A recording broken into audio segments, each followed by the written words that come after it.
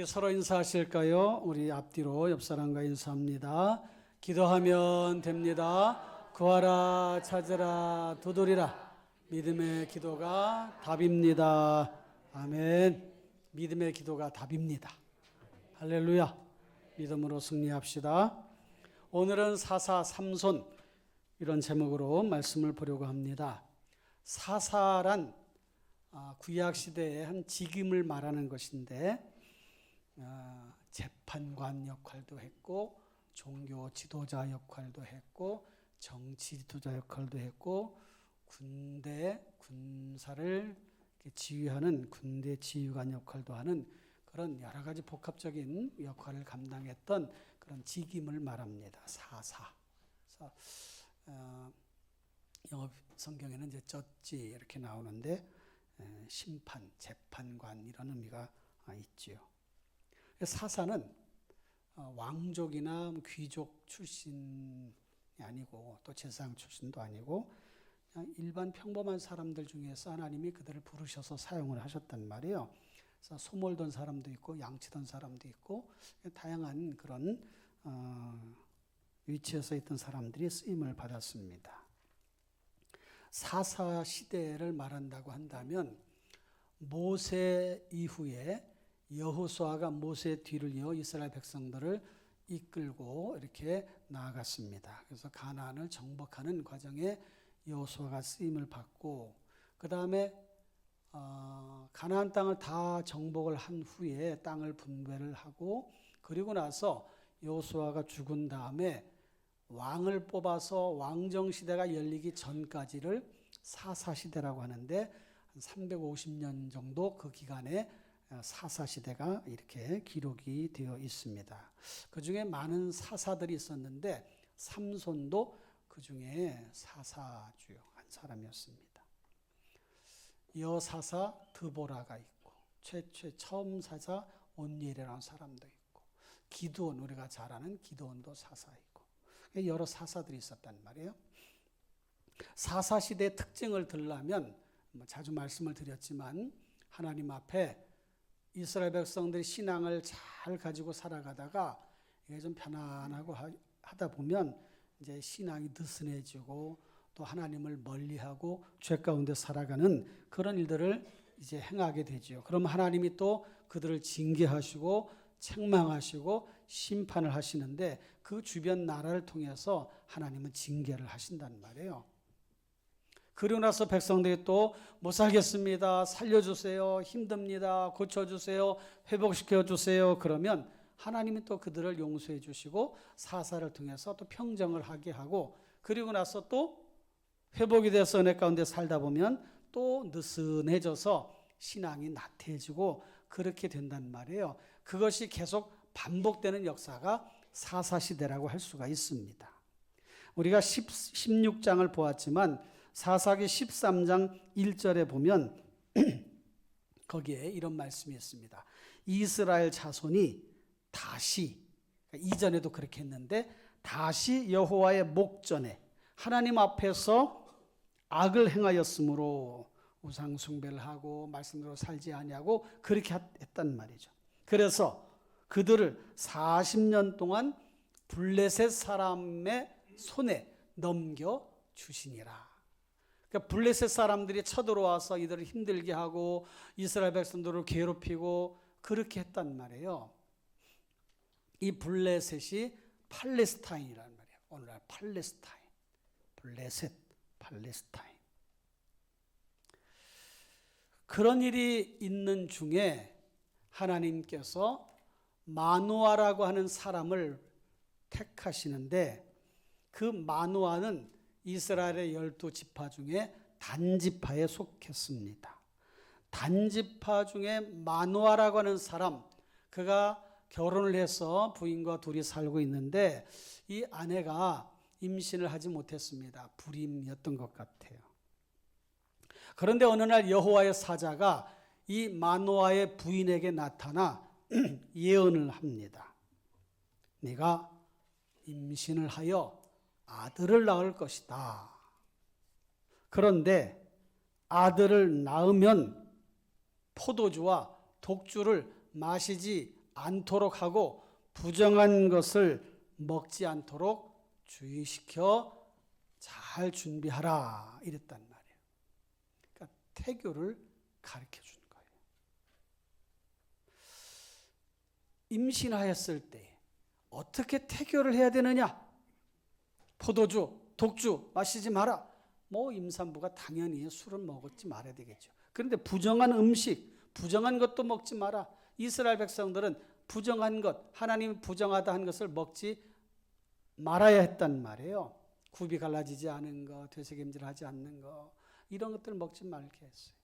맹금류, 맹수류 이런 것들. 그 태교를 잘 하도록 이렇게 하셨어요. 그 다음에 아들을 낳은 후에는 어떻게 해야 되느냐?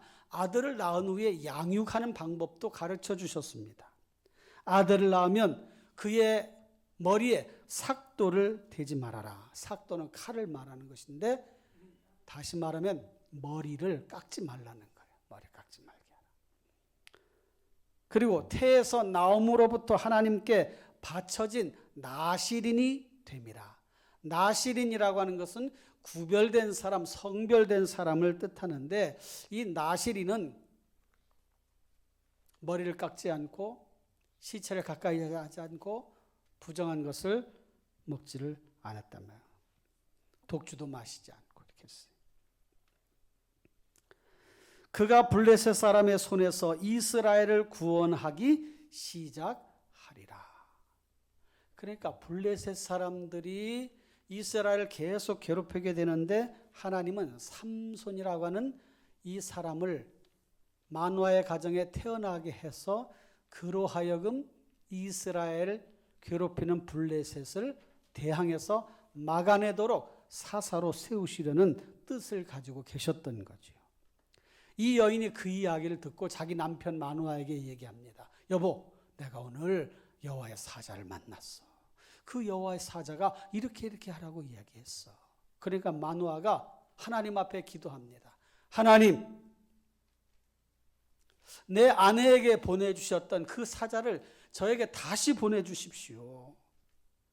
우리가 낳을 그 아이에게 어떻게 행할지를 우리에게 가르치게 하옵소서라고 하나님 앞에 기도했더니 하나님께서 마노아의 목소리를 들으시고 응답을 하셨어요. 그리고는 다시 여호와의 사자를 마노아에게 보내줍니다. 그 부인에게 나타나게 해줘요. 그러니까 남편에게 막 달려갑니다. 여보, 여호와의 사자가 또 다시 오셨어요. 그래서 가서 마노아가 그 여호와의 사자를 만나서 이렇게 묻습니다. 12절에 보니까 이 아이를 어떻게 기르며 우리가 그에게 어떻게 행하리까? 여기 우리라고 그랬잖아요. 그럼 우리는 누구를 말하는 것일까요? 마노아와 마노아의 부인. 그러니까 여러분, 양육은, 자녀 양육은 공동 육아를 해야 돼. 공동 육아. 부부가 함께 자녀를 양육해야 돼. 그게 성경적이에요. 그리고 이 아이를 어떻게 기르며 어떻게 양육하면 좋겠습니까? 여러분, 자녀들 내 마음대로 키우는 게 아니에요. 내가 하고 싶은 대로 하는 게 아니에요. 이 아이를 어떻게 기르며 그 다음에 우리가 어떻게 그에게 행하리까? 부모가 본을 보여야 돼요. 본을. 우리가 어떻게 이 아이에게 행하면 좋겠습니까?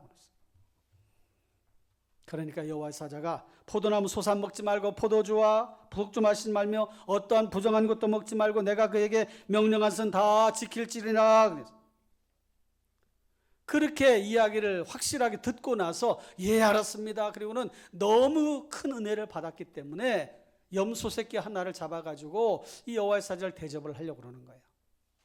그러니까 이 여호와의 사자가 만약에 나에게 염소 새끼로 음식을 가져온다고 해도 나는 음식을 먹지 않을 것이다. 그 염소 새끼로 하나님께 번제 제사를 드리려고 한다면 나에게 할 것이 아니라 하나님께 번제 제사를 드려야 된다. 그렇게 하도록 하라. 여호와의 사자가 그렇게 얘기를 한 거예요. 여러분, 우리가 은혜를 받았으면 영광을 누구에게 돌려야 됩니까? 하나님께 돌리는 거예요. 사람에게 하는 게 아니라 하나님께. 그래서 염소 새끼를 가지고 번제를 드리는데 그 번제 불에 이 여호와의 사자가 탁 이렇게 감싸가지고 하늘로 승천하는 그런 광경을 보게 되었습니다. 놀라운 그런 광경을 보게 된 거죠. 그 여호와의 사자 이름이 뭡니까? 물었더니 기묘라, 기묘자라. 그렇게 올라가는 모습을 본 다음에 마노아가 야, 내가 하나님을 보았구나. 하나님을 대면하였구나. 하나님을 직접 본 사람은 죽임을 면할 수가 없었는데 마노아는 이제 나는 죽었다 생각을 했던 거예요. 그러니까 부인이 옆에 있다가 여보, 하나님이 당신이나 나를 죽이시려고 했다면 사자를 그렇게 보내셨겠습니까? 그리고 그런 말씀 우리에게 해주셨겠어요? 생각 좀 해보세요. 그러니까 마노아가 그래, 그렇지. 이제 안심을 하게 된 거지요. 마노아의 부인이 더 현명했던 것 같아요. 남자분들은 아내 말 잘 들으면 자다가도 떡이 나온대요. 안 믿으려면 말고. 어쨌든 부부가 같이 협력해서 잘 세워가야 되는데 13장 24절에 보면 그 아이가 자라매 여호와께서 그에게 복을 주시더니 이 아이가 이제 자라난단 말이에요. 삼손이. 아들 낳았어요. 이름을 삼손이라 했어요. 그 아이가 자라나면서 여호와께 복을 받았어요. 그리고 여호와의 영이 그를 움직이기 시작하셨더라. 그러니까 다른 말로 말하면 삼손은 하나님의 은혜로 자라난 아이예요. 하나님의 은혜로 태어난 아이예요. 하나님의 은혜 가운데 나실인으로 구별되게 살아가는 그런 사람이었던 것입니다. 여기까지 주시는 첫 번째 교훈은 하나님이 우리에게 은혜를 주실 때는 은혜를 주신 이유가 있다는 거죠. 그리고 받은 은혜를 잊지 말고 잘 기억하여서 그 은혜가 결실이 맺어지도록 그렇게 삶의 자리에서 만들어 가야 됩니다.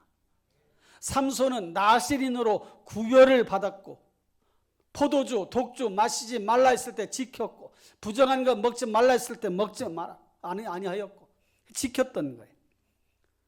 그런데 이 삼손에게 힘이 아주 강한 힘이 남다른 힘이 삼손에게 주어졌는데 그 힘은 나실인의 규례를 지킬 때 얻는 거였습니다. 그가 머리카락이 잘려지게 되면 힘을 잃어버리는 거예요. 그 말은 다른 말로 말하면 하나님께서 구별하여 은혜를 주셔서 택한 사람이 하나님의 뜻에 말씀에 명령에 순종하지 않고 살아가면 힘을 잃어버린다는 것을 우리에게 교훈해 주시려는 그런 뜻이 담겨져 있는 것입니다. 오늘날의 나실인이 누굽니까? 저와 여러분이에요. 우리의 힘은 어디서 옵니까? 말씀을 순종할 때. 하나님의 거룩한 백성으로 살아갈 때 힘이 나는 것이지 그것을 잃어버리고 망각하고 세상 방식대로 하나님 원치 아니하시는 그런 삶의 모습으로 세속화된 모습으로 살아갈 때는 반드시 힘을 잃어버린다는 것을 우리는 기억해야 돼요. 명심을 해야 됩니다. 우리는 하나님의 뜻 안에 살아갈 때, 하나님의 말씀대로 살아갈 때에 힘을 얻습니다. 성도의 모습을 잃어버리지 않을 때에 우리 안에 성령께서 함께 하심으로 힘을 얻게 되는 것입니다. 삼손이 이제 성장해서 결혼할 시기가 되었어요.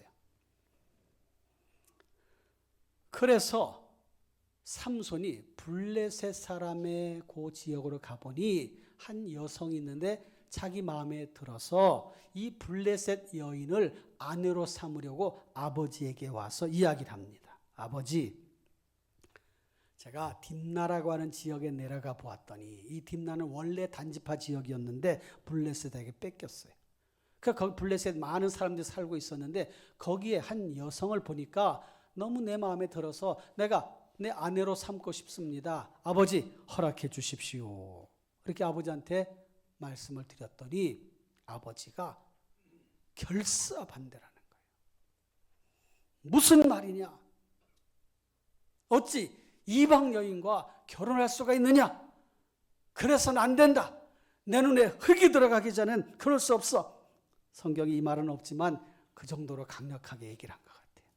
14장 3절에 뭐라고 말하냐면 그의 부모가 그에게 이르되 내 형제들의 딸들 중에나 내 백성 중에 어찌 여자가 없어서 네가 할례받지 아니한 블레셋 사람에게 가서 아내를 맞으려 하느냐 하니 삼손이 그의 아버지에게 이르되 내가 그 여자를 좋아하오니 나를 위하여 그 여자를 데려오소서.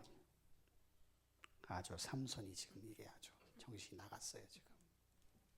여러분, 블레셋 사람하고 결혼을 금지한 유대 율법을 어기면서까지 그렇게 하겠다는 거예요. 물론 이방 여인과 결혼을 해서 다 잘못된 길로 가는 건 아니에요. 룻 같은 경우는 이방 여인이었지만 그러나 시어머니를 모시고 시어머니가 믿는 하나님을 내 하나님으로 내가 믿겠습니다 하고 그렇게 해서 신앙을 잘 가져서 좋은 본을 보인 사람도 있지만 그렇지 않은 경우도 있단 말이에요. 그런데 14장 4절에 이런 말씀이 있어요. 다 같이 읽어볼까요? 시작. 그때 블레셋 사람이 이스라엘을 다스린 까닭에 삼손이 틈을 타서 블레셋 사람을 치려 함이었으나 그의 부모는 이 일이 여호와께로부터 나온 것인 줄을 알지 못하였더라. 우리는 3절 4절이 이렇게 연이어서 나오기 때문에 삼손이 블레셋 여인과 결혼을 하려고 하는 것은 틈을 타서 블레셋을 치려고 하는 그런 계획이 있었던 것이구나라고 그렇게 연결돼서 생각할 수 있는데 사실은 3절과 4절에는 텀이 있어요. 텀 이렇게 간격 있는 거예요. 3절은 아버지가 반대하는 거예요. 블레셋 여인과 어떻게 결혼할 수 있냐? 이렇게 얘기해요. 4절은 삼손은 틈만 나면 틈이 있으면 블레셋 사람들을 제압하려고 하는 그런 계획을 가지고 있었는데 그 부모는 그렇게 하는 것을 전혀 생각지를 못했던 거지. 어쨌든 어떤 모양이든 만약에 삼손이 블레셋 여인을 자기 아내로 삼아서 그것을 화친하는 방법으로 블레셋 사람들의 마음을 편안하게 한 다음에 블레셋을 치려고 하는 그런 계획을 했다면 이 계획은 선하지가 않아요. 왜? 블레셋 이방 여인과 결혼하는 것을 하나님은 용납하지 않으셨기 때문에. 그러니까 삼손이 그렇게 설사 마음을 가졌더라도 그건 방법이 옳지 않습니다. 여러분, 우리가 선한 마음으로 어떤 일을 행하고자 할 때에 선한 마음을 가지고 했을지라도 하나님의 뜻에 어긋나면 하나님의 그 말씀에 거스르는 일이라면 아무리 선한 마음을 가지고 있다 할지라도 그거는 안 되는 거예요. 그거는 하지 말아야 되는 것입니다. 이걸 구분할 줄 알아야 돼요. 구분할 줄 알아야 돼요.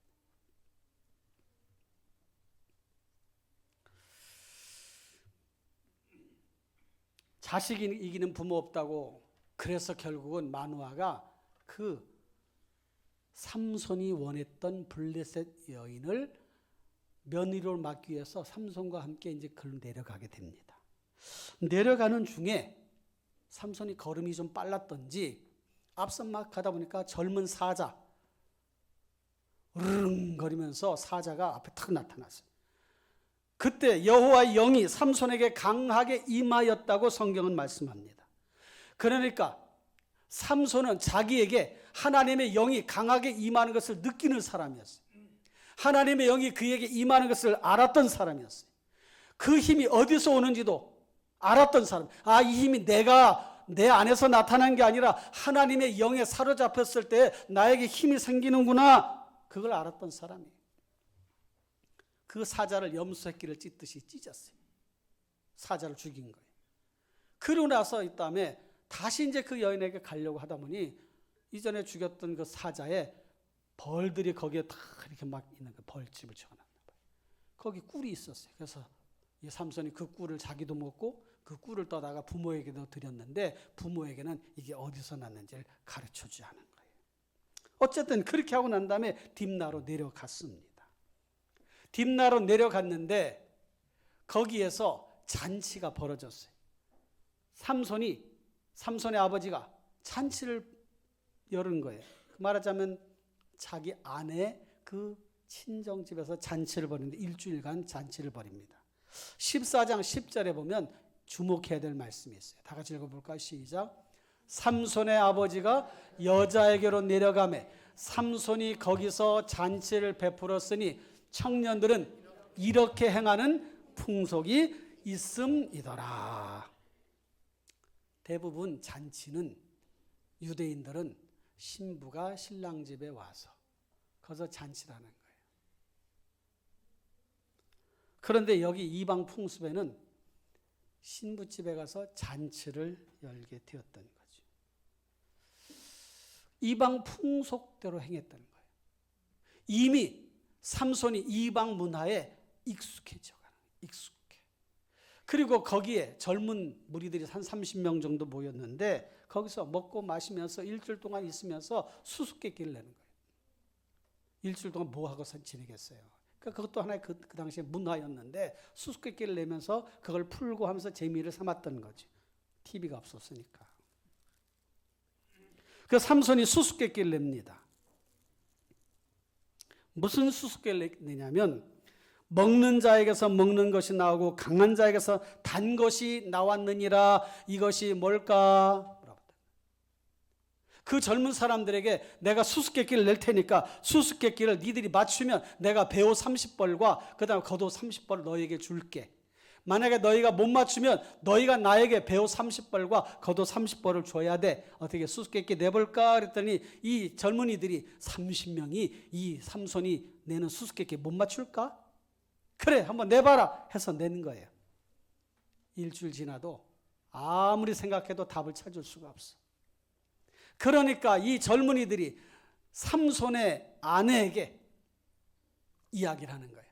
네 남편이 우리의 소유를 뺏으려고 이렇게 어려운 수수께끼를 냈으니 너 네 남편에게 가서 그 수수께끼의 답을 알아가지고 우리한테 알려줘라. 그렇지 않으면 우리가 너와 너의 집 아버지 집을 불살라버릴 것이다.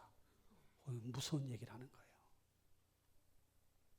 그러니까 이 부인이 삼손을 계속 울며 불면서 삼손에게 이야기합니다. 당신은 나를 사랑하지 않는군요. 어찌하여 나에게 그 비밀을 이 민족의 수수께끼를 내고는 나에게 알려주지 않습니까? 그러니까 삼손이 내가 이거는 우리 아버지에게도 얘기하지 우리 부모에게도 얘기하지 않은 것인데 어찌 그대에게 알게 하겠소. 그러니까 이 아내가 계속했어요. 그러니까 막 계속 얘기를 하니까 일곱째 날에 결국은 알았어 가르쳐줄게. 그럼 가르쳐줬어요. 그거를 이제 성읍 사람들에게 얘기를 합니다. 예, 부인이. 그 와서 얘기를 하는 거예요. 무엇이 꿀보다 달겠으며 무엇이 사자보다 강하겠느냐? 그것이지. 어떻게 알았어? 삼손이 막 화가 나는 거예요.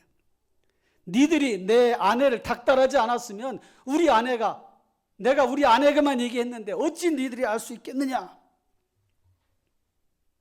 그때 또 여호와의 영이 삼손에게 임하게 되는 거예요.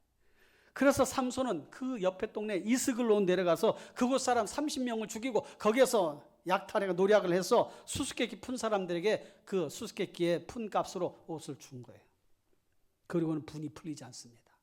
이 블레셋 사람들이 우리 아내를 이렇게 사고 우리 아내도 거기에 속아서 또 내 비밀 내가 알려준 그걸 얘기하다니. 그리고는 아내와 대판 싸웠는지 아내를 두고서 자기 집 아버지 집으로 가버렸어요. 장인이 볼 때 한심하잖아요. 그래서 장인이 그 삼손의 부인을 삼손의 친구에게 줘버렸어요. 무슨 이런 일이 다 있는가 몰라. 아니 무슨 부인이 물건입니까? 부인을 친구에게 준 거예요. 그래서 삼손이 마음이 풀렸는지 장인 집으로 내려갔는데 내가 아내를 보러 왔습니다. 그랬더니 장인이 네 친구한테 줬다. 대신 네 아내의 여동생이 있는데 그가 더 이쁘니 그 여동생을 네 아내로 삼아라. 그러니까 삼손이 그럴 수 없습니다. 그리고는 여우를 300마리를 잡아가지고 2마리씩 꼬리를 묶어서 그 꼬리에다 막대기를 꽂고 거기에다 기름칠을 해서 불을 붙여 회를 만들어. 회. 불 막대기 거기다 꽂아가지고 불을 붙여가지고 여우들을 막 풀으니까 여우들이 놀래가지고 막 다 달려가면서 블레셋에 배제하는 곡식단을 다 불살라버렸어요. 블레셋 사람들이 깜짝 뒤집어졌어요. 누가 왜 이런 일을 했냐? 알고 보니까 삼손이 그랬어. 왜 삼손이 그랬냐 했더니 그 아내가 이만저만 해가 젊은이들과 수수께끼를 내가지고 이렇게 처치해가지고 화가 나가지고 이렇게 해가지고 했다고 해. 그러니까 블레셋 사람들이 그 삼손의 아내와 아버지 장인 집으로 가가지고는 불살라 죽이고 말았어요.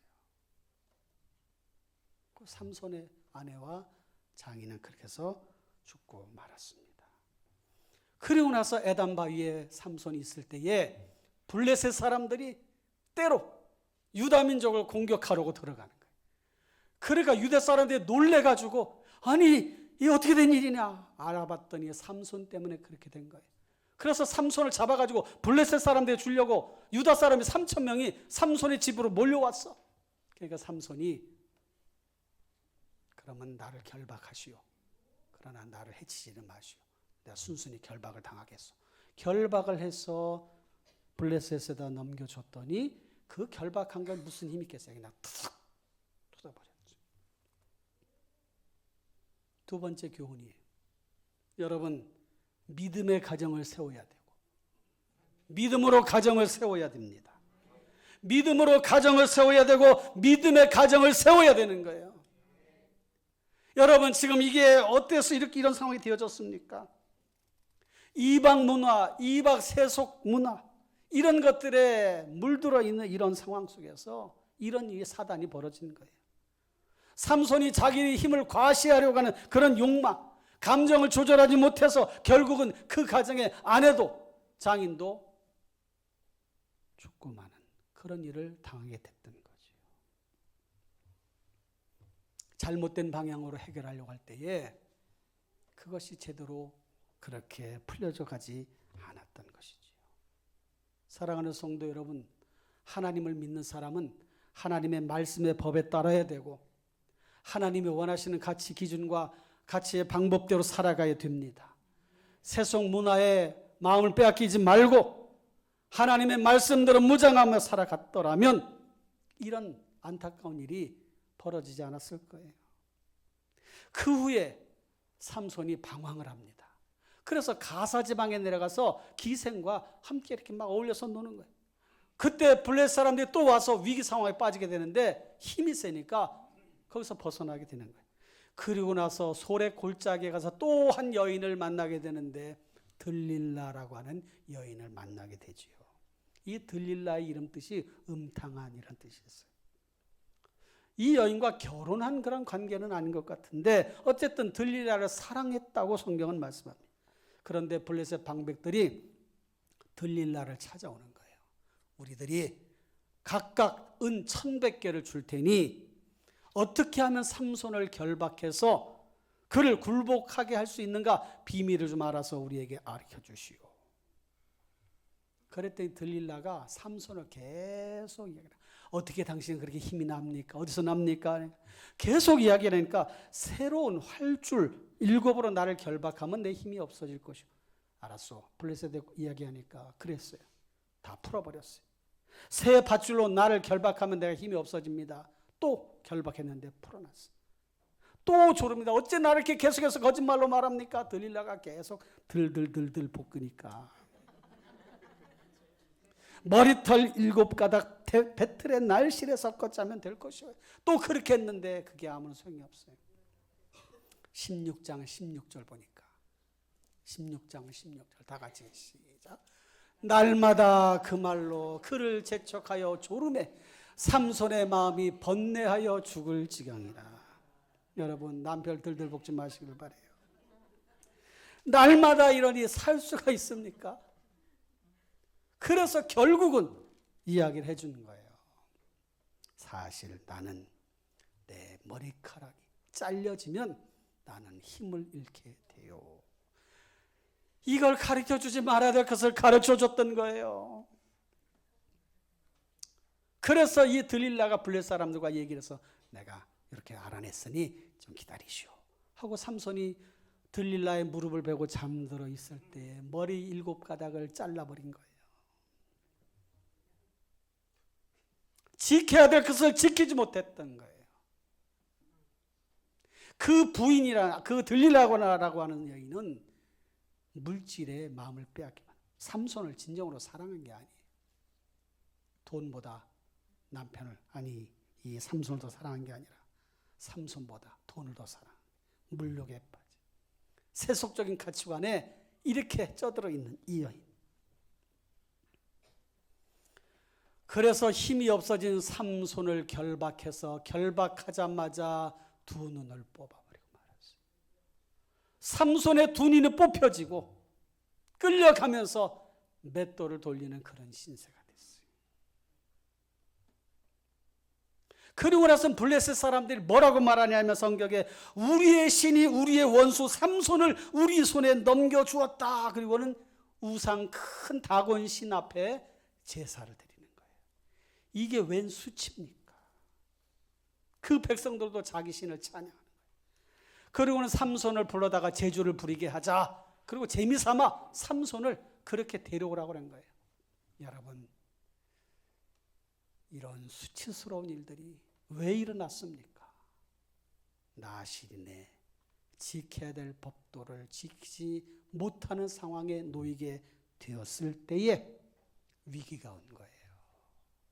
두 눈이 뽑히고 사람들의 조롱거리가 되고 하나님을 믿는 이 사람이 이방 신을 섬기는 사람들 앞에서 수치와 수모를 당하는 거예요. 그러던 중에 시간이 지났습니다. 삼손의 머리카락이 점점 자라기 시작했어요. 그때에 이 블레셋 사람들이 제주를 좀 보자 해서 데려왔는데 방백들과 수많은 사람들이 큰 집에 모였습니다. 그때 삼손이 두 눈이 안 보이니까 옆에 있는 아이에게 내 손을 이 기둥 좀 잡게 해라.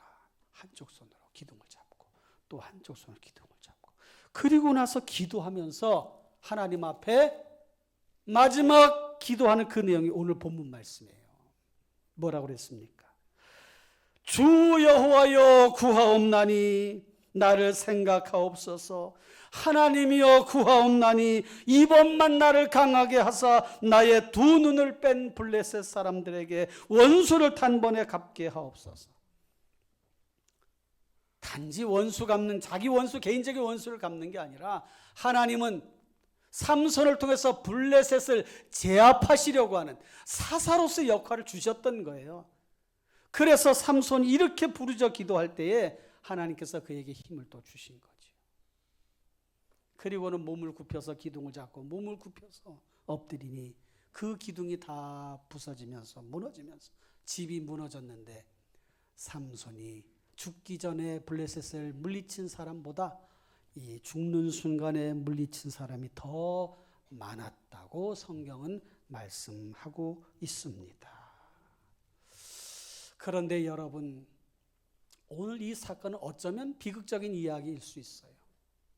사사로 그가 20년 동안 쓰임을 받았지만 그가 건강하였더라면, 블레셋에게 잡혀서 두 눈이 뽑히지 않았더라면 더 많은 사역을 감당을 했을 것입니다.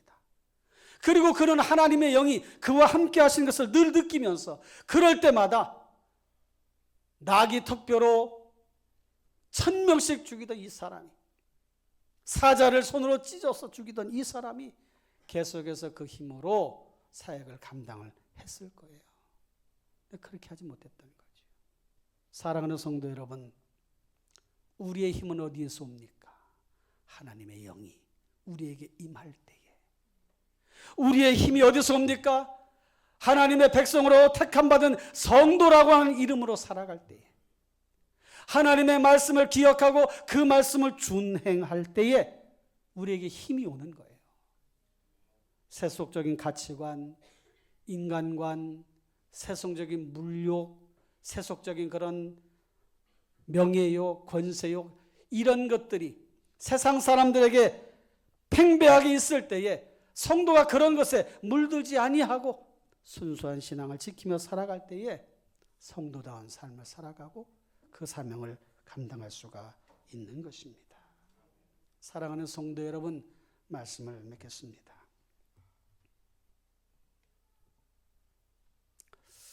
정말 우리가 이 세상을 살아가면서 세상과 타협하지 않으면서 세상 속에서 살아가는 그런 참 분별력 있는 믿음을 가져야 돼요. 이건 아니구나. 하면 안 되는구나. 가면 안 되는구나.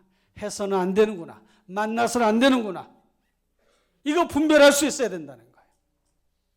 사랑하는 성도 여러분, 그런 분별력이 여러분의 마음속에 충만하시기를 주님의 이름으로 축원합니다. 성도는 말씀대로 살아야 되고 말씀의 힘을 얻어야 되고 말씀을 순종하며 살아갈 때 거기서 능력이 나타나는 거예요. 하나님의 영이 삼손에게 강력하게 임할 때에 그가 힘을 낼 수 있었던 것처럼 우리 역시 그런 원리가 동일하게 적용이 되는 거예요. 그런 삶을 살아가십시다. 자기 힘 믿으려고 하지 말고 자기의 지식 믿으려고 하지 말고 자기의 생각이 앞서지 않도록 말씀 앞에 기도하며 믿음으로 살아가시며 하나님 앞에 귀하게 쓰임받으시는 우리 모든 성도님들이 다 되시기를 주님의 이름으로 축원합니다. 기도하겠습니다.